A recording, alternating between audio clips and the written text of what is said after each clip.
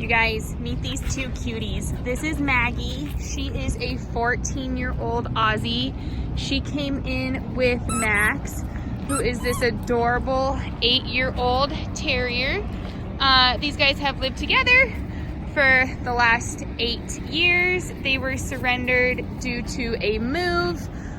Despite being older, they are lovely, lovely little dogs. Maggie still gets around great for her age. We have a lot of lovely information on them. They are used to being the only 2 dogs in the home and are used to living in a home with adults only.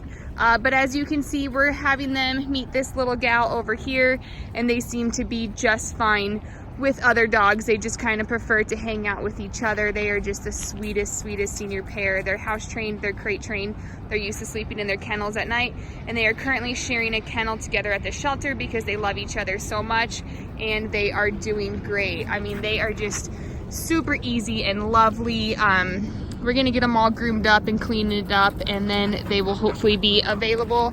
They don't have to be adopted together, but they do seem pretty attached, and we would love, love, love for them to go to a home together. We know that's a lot to ask for senior dogs, especially 2 older senior dogs, but we're hoping that right situation for them might be out there somewhere. And then over here, we have Josephine, who is an 8-year-old Pharaoh Hound. She also came to us as an owner surrender. She is house trained and trusted, loose indoors, and supervised.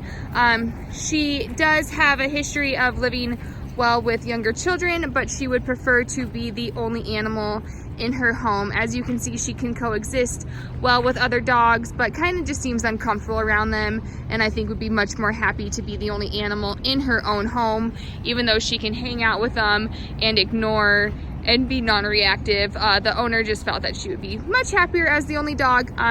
She also is a little wary of men, so she prefers slow and proper introductions with new people. You won't see her best personality here at the shelter because she is currently a bit aloof and unsure, but we think she'll warm up really nicely once back in a home environment and would do best with an owner who is home more often than not.